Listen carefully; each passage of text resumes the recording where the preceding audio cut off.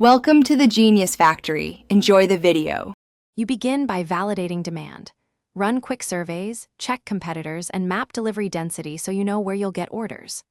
Once done, pick an inventory model. Stock if you control quality, dropship to reduce capital, because this drives margins and logistics. Make sure to register the business and secure basic permits and a payment processor. These legal and financial steps let you operate without surprises and focus on customer acquisition. Now build the product and operations backbone. Choose a platform or API-first stack, because performance and inventory sync determine conversion. Once integrated, create clean SKUs, pricing tiers, and perishability rules so you avoid waste and mispriced items. Simultaneously implement packing stations and time slot logic, and onboard delivery partners with a driver app for real-time tracking. This reduces late deliveries.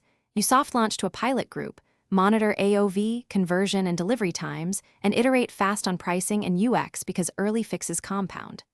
Once stable, scale marketing with targeted ads, local SEO, and referral programs to increase repeat buyers, and automate retention emails and push notifications.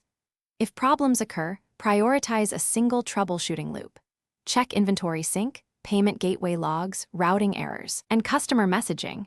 Fixing these 4 areas solves most fulfillment and trust failures.